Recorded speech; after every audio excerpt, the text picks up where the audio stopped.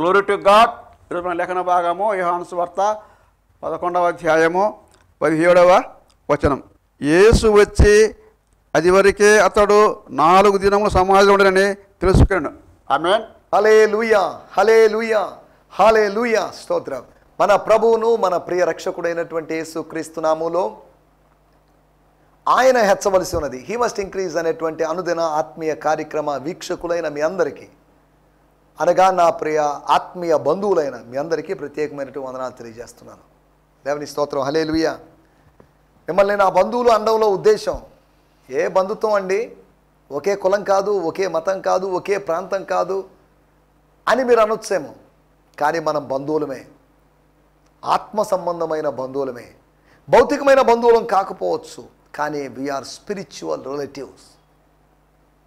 యోహాను సువార్త 1వ అధ్యాయము 12వ వచనం ప్రకారం, స్తోత్రం, నేను మీ బంధువుని, మీరు నా బంధువు.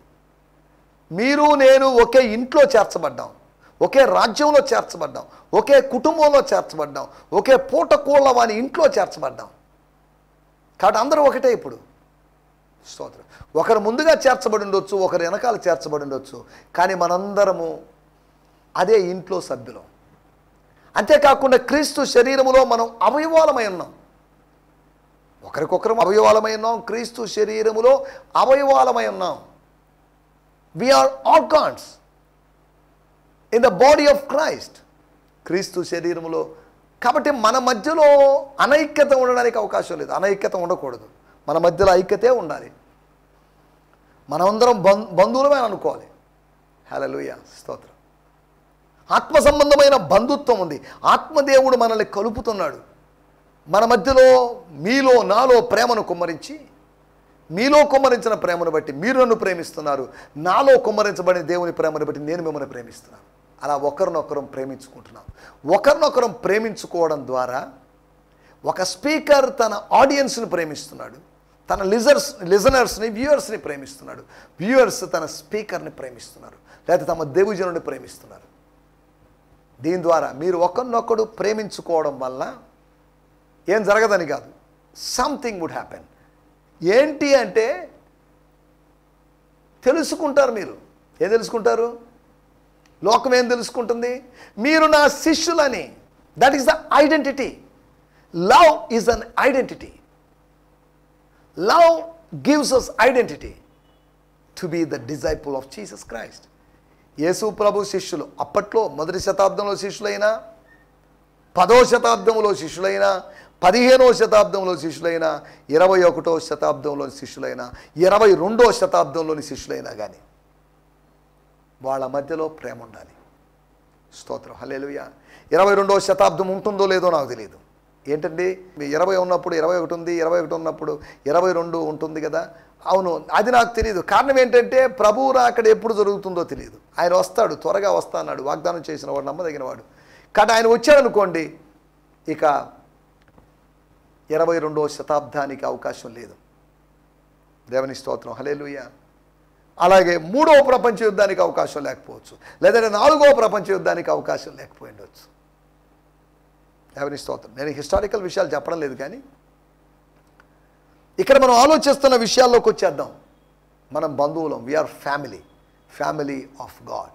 అనగా దేవుడు మనకు హెడ్, దేవుడు మన తండ్రి, దేవుడు మన కుటుంబ యజమానుడు, మనందరం ఆ కుటుంబంలో సభ్యులం. దేవుని స్తోత్రం. మనల్ని ఒకటిగా కలిపినటువంటి, మనల్ని ఐక్యపరిచినటువంటి, స్తోత్రం. హల్లెలూయా. ఒకవేళ యూదులకి మనకు మధ్యలో అడ్డుగోడ ఉందనుకుందాం. ఉంది అనే బైబిల్ చెప్తుంది. ఈ అడ్డుగోడని యూదులకు తెలియకుండా, అన్యజనులకు తెలియకుండా, అపవాది నిర్మించిన అడ్డుగోడని ఆత్మనేత్రాలతో చూసినటువంటి ప్రియుడైనటువంటి ప్రభు వాటిని పడగొట్టి, యెరికో గోడలను పడగొట్టి, నినివే గోడలను పడగొట్టి, ఈ గోడలను పడగొట్టడం అలవాటైనటువంటి, ప్రాకారములను పడగొట్టువాడు అని పిలువబడినట్టువాడు, ఈ అదృశ్య గోడలను పడగొట్టి, అతిక్రమాల గోడలను పడగొట్టి, దేవుని స్తోత్రం. హల్లెలూయా, మనల్ని ఐక్యపరిచాడు.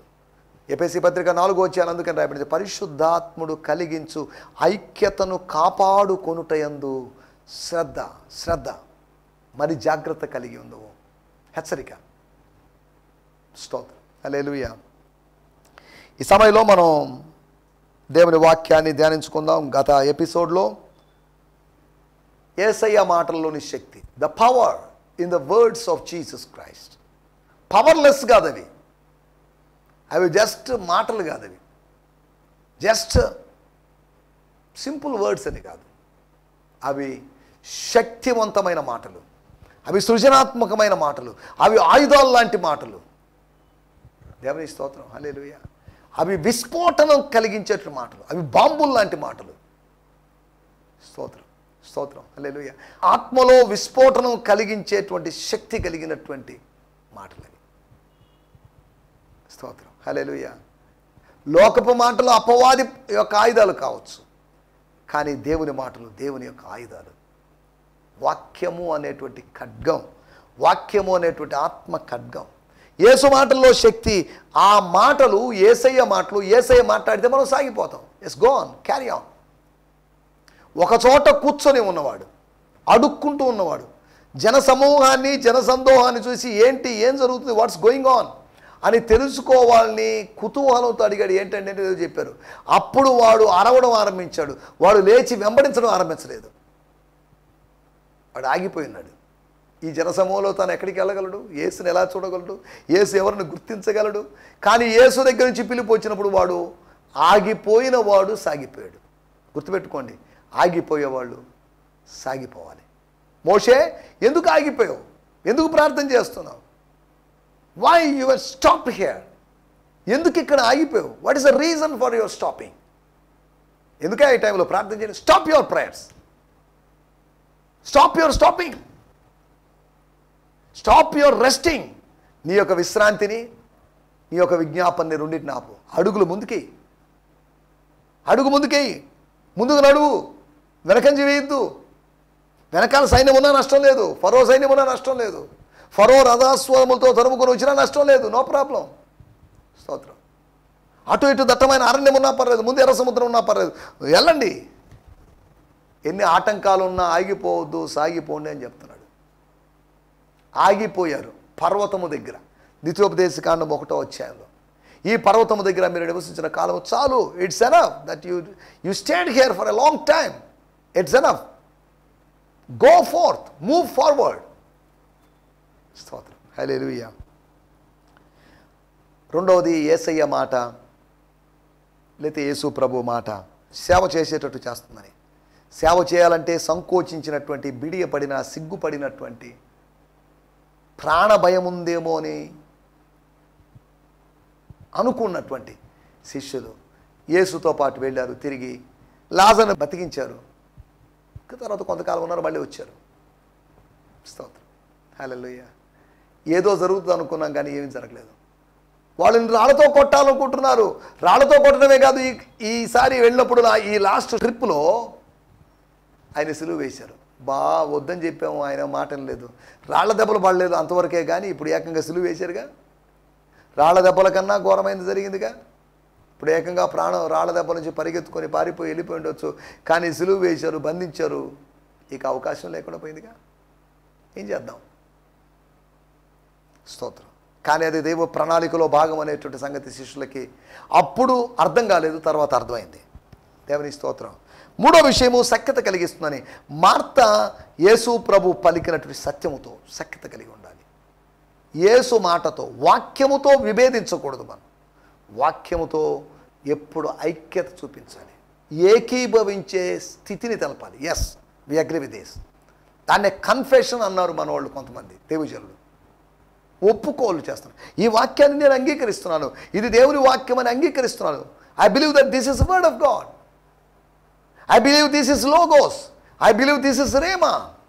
I believe this is the word. This is the only book that contains the words of God. This is the only book that I believe it was inspired by the Holy Spirit. స్తోత్రం. Hallelujah. King of the books. గ్రంథ రాజము అని పిలువబడిన ఈ పుస్తకం దేవుడు మన చేతిలోకి ఇచ్చాడు. ఈ గ్రంథం మన చేతిలోకి ఇచ్చాడు. ఈ ధర్మశాస్త్రాన్ని కలిగి ధర్మశాస్త్రము అని అనబడినటువంటి మోషే ధర్మశాస్త్రము అని కాకుండా, స్తోత్రం, అలాగని దావీదు ధర్మశాస్త్రం అని కాదు, కీర్తనలన్నీ ధర్మశాస్త్రం, యోబు గ్రంథం అంతా యోబు ధర్మశాస్త్రం, లేకపోతే పరమగీతాలు, ప్రసంగి గ్రంథము, సొలొమోను ధర్మశాస్త్రం. ఎన్ని ధర్మశాస్త్రాలు లేవు.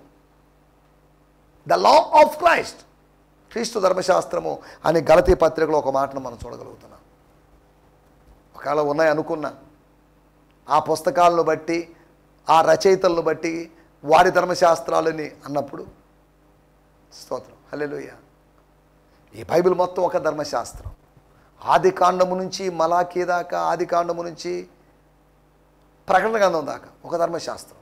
శాస్త్రం ఇది ఆత్మ సంబంధమైన ధర్మశాస్త్రం, ఆత్మీయ ధర్మశాస్త్రం. ఆత్మలో ఎదగడానికి, బలపడడానికి కావలసినటువంటి శాస్త్రం ఇది.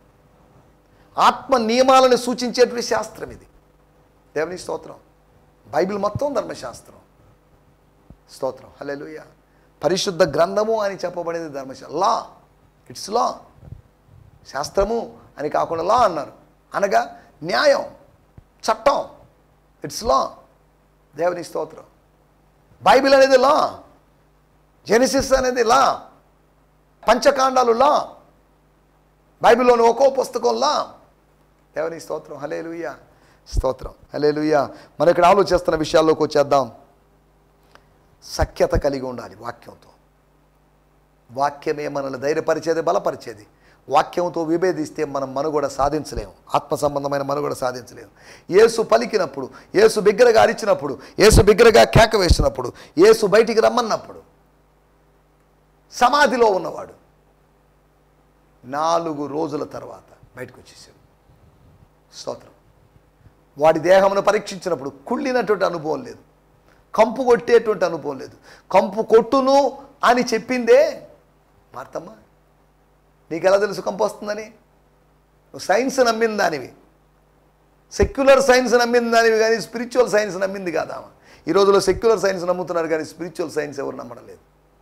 స్పిరిచువాలిటీ అదొక శాస్త్రం, దట్స్ ఎ సైన్స్. దేవుని స్తోత్రం, హల్లెలూయా. శాస్త్రానికి అతీతమైనది, శాస్త్రం కన్నా శ్రేష్టమైనది. అలాగని శాస్త్ర స్థాయిలో లేదని కాదు దీని అర్థం. దేవుని స్తోత్రం. ఇది శాస్త్ర స్థాయిలో ఉంది, శాస్త్ర చికిత్స చేసే స్థాయిలో ఉంది, స్వస్థతనిచ్చే స్థాయిలో ఉంది. మిగతా శాస్త్రాలు లాంటిది కాదు ఇది. దేవుని స్తోత్రం, హల్లెలూయా, హల్లెలూయా. అన్ని శాస్త్రాలని తనలో కలుపుకున్నటువంటి శాస్త్రం ఇది. స్తోత్రం. అన్ని శాస్త్రాల నదులు ఈ దేవుని గ్రంథము అనబడినటువంటి, పరిశుద్ధ గ్రంథము అనబడినటువంటి, ధర్మశాస్త్రము అనబడినటువంటి, మోషే ధర్మశాస్త్రము ప్లస్ క్రీస్తు ధర్మశాస్త్రము అనబడినటువంటి శాస్త్రములో కలిసిపోతున్నాయి. ఇది శాస్త్రాల సంగమం. పరిశుద్ధ గ్రంథము కొన్ని శాస్త్రాల సంగమం. దేవుని స్తోత్రం, హల్లెలూయా, హల్లెలూయా.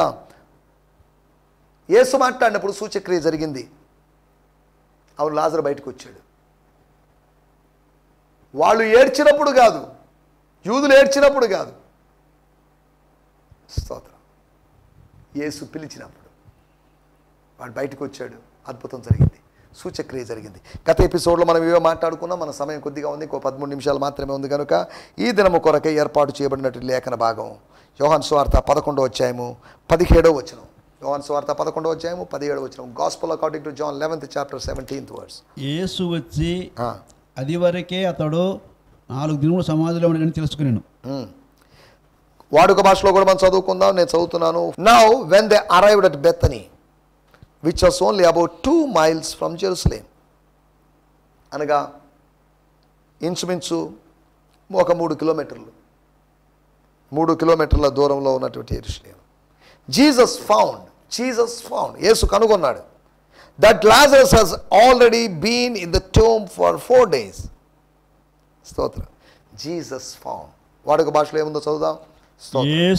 యేసు అక్కడికి చేరుకున్నాడు. 4 రోజుల ముందే లాజరు సమాధి చేయబడ్డాడని ఆయనకు తెలిసింది. So when Jesus came to a particular place, బెతనీకి వచ్చాడని కాదు, యెరూషలేంకి వచ్చాడని కాదు. When Jesus came he found out that Lazarus had already been in the tomb for 4 days. 4 రోజులు అయింది, అనగా ఇది 5వ రోజు. అరే మరీ డిలే అయిపోయింది, మరీ ఇంత డిలే చేయడం అది కరెక్ట్ కాదే, అయినా నేను ఎందుకు చేసినబ్బా అనే పశ్చాత్తాపడలేదు యేసు. మనం చేసిన పనికి మనం పశ్చాత్తాపడాల్సిన అవసరం లేదు. మనం చేసిన పని సమంజసంగా ఉంటే, సరిగా ఉంటే పశ్చాత్తాపడాల్సిన అవసరం లేదు. మనం చేసిన పని సరిగా లేదు కనుకే సమస్య. మనం చేసిన పని సక్రమంగా ఉన్నప్పుడు సంతాపడాల్సిన అవసరం లేదు. పిలాతు చేసిన పని అతనికి కరెక్ట్ అనిపించింది. పొంతి పిలాతు, పొంటియస్ పైలట్ అనేటువంటి ఆయన చేసిన పని అదంటే బోర్డులో ఏదో తేడా వచ్చింది, ఆ పైన నేమ్ ప్లేట్లో ఏదో తేడా వచ్చింది, ఆ మిస్టేక్స్ రాసినట్టు ఆ ప్లేట్లో ఏదో తేడా వచ్చింది, ఆ బోర్డులో ఏదో తేడా వస్తే వచ్చింది. నేను రాసిందేమో రాసినంతే, ఇంక మార్చను నేను. మాటికి మార్చడం నా వల్ల కాదు. That's enough. అది ఎలా ఉందో అలాగ ఉండి నష్టం లేదు. యూదుల రాజు అని చెప్పినా నష్టం లేదు, యూదుల రాజు అని చెప్పుకుంటున్నాడు అని రాసినా నష్టం లేదు. దాని గురించి పట్టించుకోవద్దు. It's not a major thing, it's a minor thing అన్నట్టుగా మాట్లాడాడు. దేవుని స్తోత్రం. పిలాతు పశ్చాత్తాపడలేదు ఈ విషయంలో, రాతను మార్చే విషయంలో. స్తోత్రం, హల్లెలూయా. రాతలు మార్చేటువంటి విషయంలో మనం పశ్చాత్తాపడాల్సిన అవసరం లేదు. నా రాత ఇలాగుంటే బాగుంటుంది, ఇలా రాయబడి ఉంటే బాగుండదని అనుకోవద్దు. రాసినవాడు రాశాడు. మన మనుగడను గురించి, మన బ్రతుకు దినాల గురించి తన పుస్తకంలో, తన కవిలలో ఆయన రాసి ఉంచాడు. ఆ రాసి ఉంచిన దాన్ని మాటికి మన రాజ్యాంగంలో సవరణలు చేసినట్టు చేస్తూ కూర్చోలేదు. రాజ్యాంగంలో సవరణలు జరిగాయి, కానీ దేవుని గ్రంథంలో సవరణలు జరగడం లేదు. ట్రాన్స్లేషన్లు వేరు వచ్చేమో కానీ సవరణ మాత్రం వాక్యాన్ని మార్చేసి, పూర్తిగా మార్చేసి, ఒక్కో ట్రాన్స్లేషన్కి ఒక్కో ఇయర్ పబ్లిష్ చేసే టైంకి వాక్యాలన్నీ మార్చేసి, సిద్ధాంతాలు మార్చేసి, నో, అలా జరగడం లేదు. భాష మారిందేమో కానీ ఇందులో భావం మారలేదు. దేవుని స్తోత్రం. యేసు ఏం తెలుసుకున్నాడు, యేసు ఏం ఎరిగాడు, ఆయనకి ఏమి తెలియజేయబడింది. యేసు తెలుసుకున్నది, మనమే ఎన్నో విషయాలు తెలుసుకున్నాం. ఓ చోటుకు వచ్చాం, ఏంటండి ఏం జరిగింది ఆయనకి? ఏదో బైక్ యాక్సిడెంట్ అండి, కారు గుద్దిందటండి, ఏదో చెప్తున్నాం. అక్కడికి వచ్చి సమాచారాన్ని మనం తెలుసుకుంటున్నాం. యేసు ఒక సమాచారాన్ని తెలుసుకున్నాడు, ఇంపార్టెంట్ అయినటువంటి విషయాన్ని తెలుసుకున్నాడు. 4 రోజులు అనేది ఇంపార్టెంట్ విషయం కాదు, శిష్యులకు ఇంపార్టెంట్ ఏమో, కానీ యేసుకు 40 రోజులైనా పెద్ద ఇంపార్టెంట్ ఏం కాదు. అనగా రోజులు ఇంపార్టెంట్ కాదు, సమయాన్ని లెక్క చేయని వాడు అని కాదు నా మాటల యొక్క ఉద్దేశం. దాని అర్థం ఏంటంటే, కానివ్వండి 2 రోజులు, కానివ్వండి 3 రోజులు, కానివ్వండి 4 రోజులు, నష్టమేంటి? No problem. నేనున్నాను, నేను చేస్తాను, నేను నెరవేరుస్తాను. నన్ను నమ్ముకున్నటువంటి నా కుటుంబం, ఆయన నమ్ముకున్నటువంటి ఆ ప్రియ కుటుంబం, ఆయనకు ఆతిథ్యం ఇచ్చినటువంటి, ఆశ్రయం ఇచ్చినటువంటి ఆ ప్రియ కుటుంబం, వాళ్ళకి అన్యాయం జరిగితే ఊరుకునే దేవుడు కాదు, వాళ్ళకి ఆవేదన జరిగితే ఊరుకునేవాడు కాదు. స్తోత్రం, హల్లెలూయా. వాళ్ళ విషాదాన్ని దేవుడు వినోదంగా మార్చాలనుకుంటున్నాడు. వారి గోని పట్టను తొలగించి వారికి సంతోష వస్త్రాలు, ప్రేత వస్త్రాలు తొలగించి పరిశుద్ధమైన వస్త్రాలు, ప్రేత వస్త్రాలు తీసి శ్వేత వస్త్రాలు ధరింపజేశాడు. విలాప వస్త్రాలు తీసి గోనెపట్టను తొలగించి, మరియా మార్తల యొక్క గోనెపట్టను తొలగించి వారికి సంతోష వస్త్రం ధరింపజేశాడు. అనగా వచ్చేటప్పుడు, గలిలయ నుంచి వచ్చేటప్పుడు మరియ గారికి ఒక డ్రస్సు, మార్త గారికి ఒక డ్రస్సు తీసుకొని ఒక సోషల్ వర్క్ కోసం వచ్చాడని కాదు దాని అర్థం. స్తోత్రం. ఆయన చేసింది ఎక్కువ స్పిరిచువల్ వర్క్, ఆయన చేసింది ఫిజికల్ వర్క్ కొద్దిగా, ఆయన చేసినటువంటి స్పిరిచువల్ వర్క్ ఎక్కువగా ఉంది. 2 సార్లే భోజనం పెట్టాడు, కానీ చాలాసార్లు. ఈ రోజుల్లో మినిస్ట్రీకి వచ్చిన వాళ్ళు సోషల్ వర్క్ చేస్తున్నారా, స్పిరిచువల్ వర్క్ చేస్తున్నారా, ఏం అర్థం కాని పరిస్థితిలో ఉన్నారు. కొంతమంది అక్కడెక్కడ అడుగుతున్నారు, మెడికల్ క్యాంప్స్ పెట్టండి సార్, అది చేయండి సార్, ఇది చేయండి సార్. సారీ అండి, నేను దానికి పిలవబడలేదు. మీరు సర్వలోకానికి వెళ్ళి సర్వ సృష్టికి సువార్తను ప్రకటించాలని చెప్పబడింది.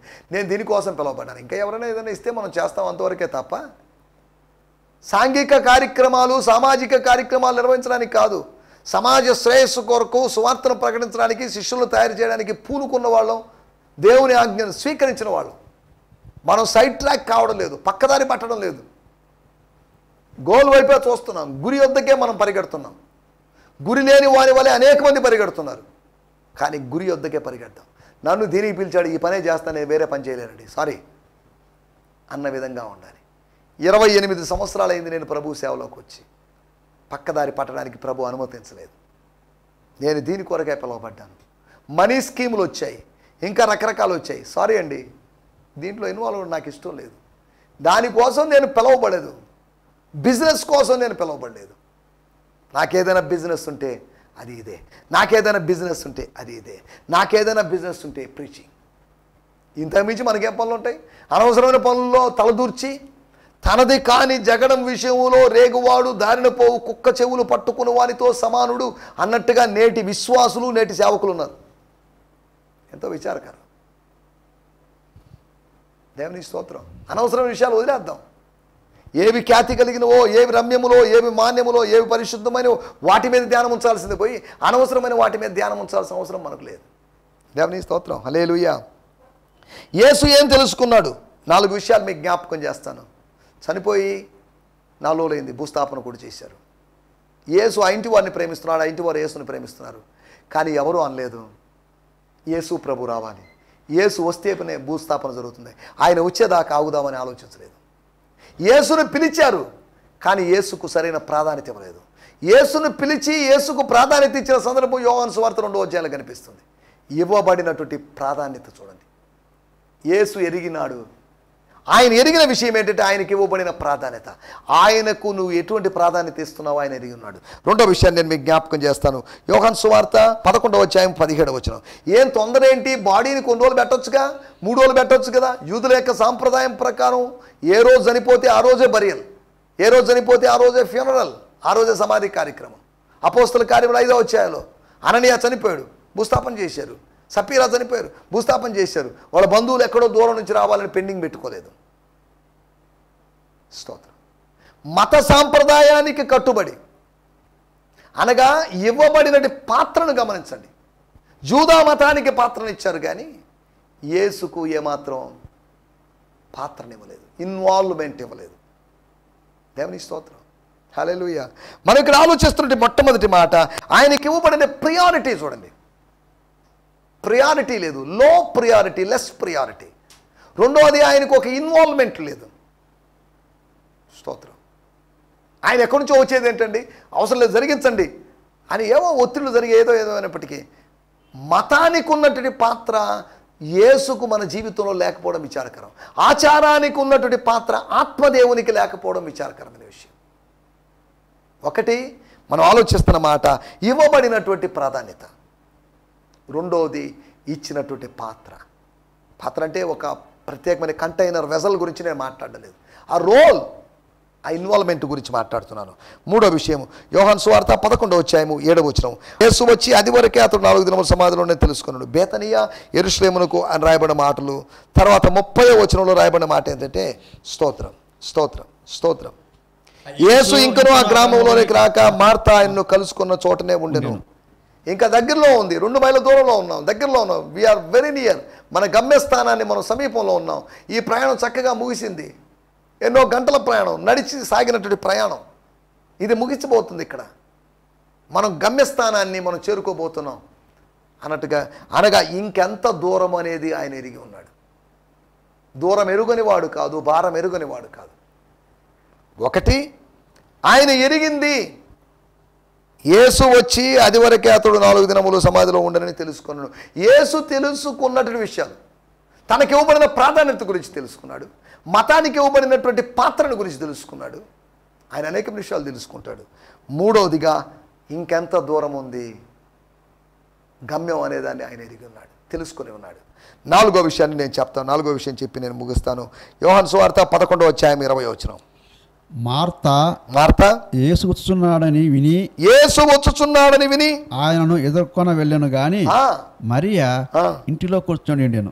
యేసు వస్తున్నాడని మనం తెలుసుకొని కడబూర ధ్వని మోగగానే ప్రధాన దూత శబ్దం ఆర్భాటముతోనూ ఇటువంటి విషయాలు జరిగినప్పుడు మనము ఎదుర్కోవడానికి ఆయన మనల్ని ఎదుర్కోవడానికి, మనం ఆయన్ని ఎదుర్కోవడానికి మధ్య ఆకాశంలోకి వెళ్తాం, మనం కలుసుకుంటాం.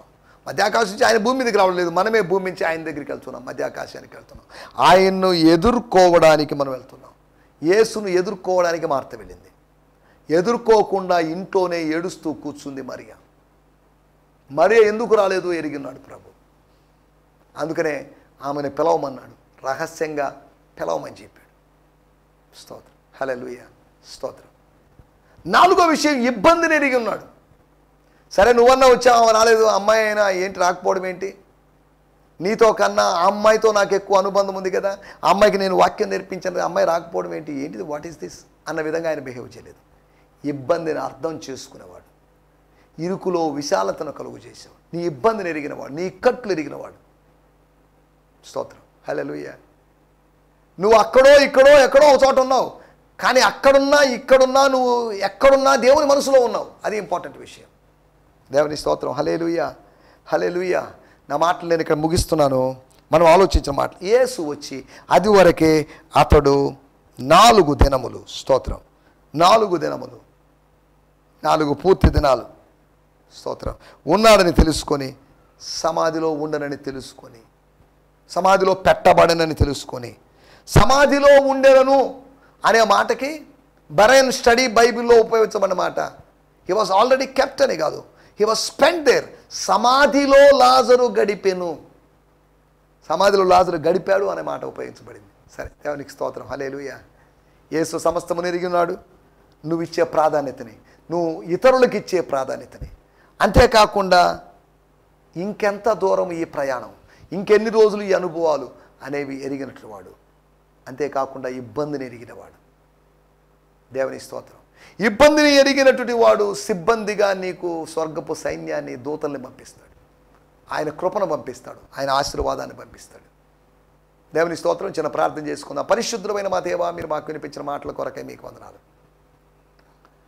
నీవు ఎరిగినటువంటి విషయాల గురించి మేము మాట్లాడుకున్నాం. నీకెంత ప్రాధాన్యత ఇస్తున్నామో, ఇతరులకు ఎంత ప్రాధాన్యత ఇస్తున్నామో, ఇబ్బందుల్లో మేము ఎలా ఉన్నామో, ఇంకెంత దూరం వెళ్ళాలని ఆలోచిస్తున్నామో, ఇంకెంత దూరమో తెలియని పరిస్థితులు మేము ఉన్నామని, మా గురించి ఎంత దూరం వెళ్ళాలో మీరు చక్కగా ఎరిగి ఉన్నారని, ఇటువంటి విషయాలు మేము తెలుసుకున్నాం. మీరు మాకు వినిపించిన మాటల కొరకే మీకు వందనం చెల్లిస్తూ, ఈ మాటలను మేము మా జీవితాలు అనుభవించుకొని ముందుకు సాగుతూ సాయం చేయమని సకల ఘనత, మహిమా, ప్రభావాలు మీకు ఆరోపిస్తూ యేసు నామములోనే ప్రార్థించగలుగుతున్నాం పరమ తండ్రి. ఆమేన్, ఆమేన్, ఆమేన్. దేవునికి స్తోత్రం. మీ అందరికీ వందనాలు. ప్రభు మిమ్మల్ని దీవించునుగాక. ప్రభు చిత్తమైతే రేపు ఉదయకాలము ఇదే సమయం ఇదే ఛానల్లో కలుసుకుందాం. హల్లెలూయా. స్తోత్రం. ఈ సందేశము మీకు ఆశీర్వాదకరంగా ఉందని నమ్ముచున్నాము.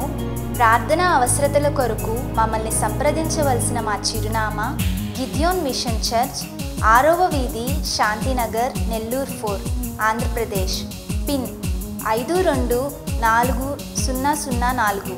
మా ఫోన్ నంబర్లు 7036443613 మరి ఒక నంబర్ 9392293010. మా ఈమెయిల్ ఐడి gfihmi2015@gmail.com. దేవుడు మిమ్మును ఆశీర్వదించునుగాక. ఆమేన్.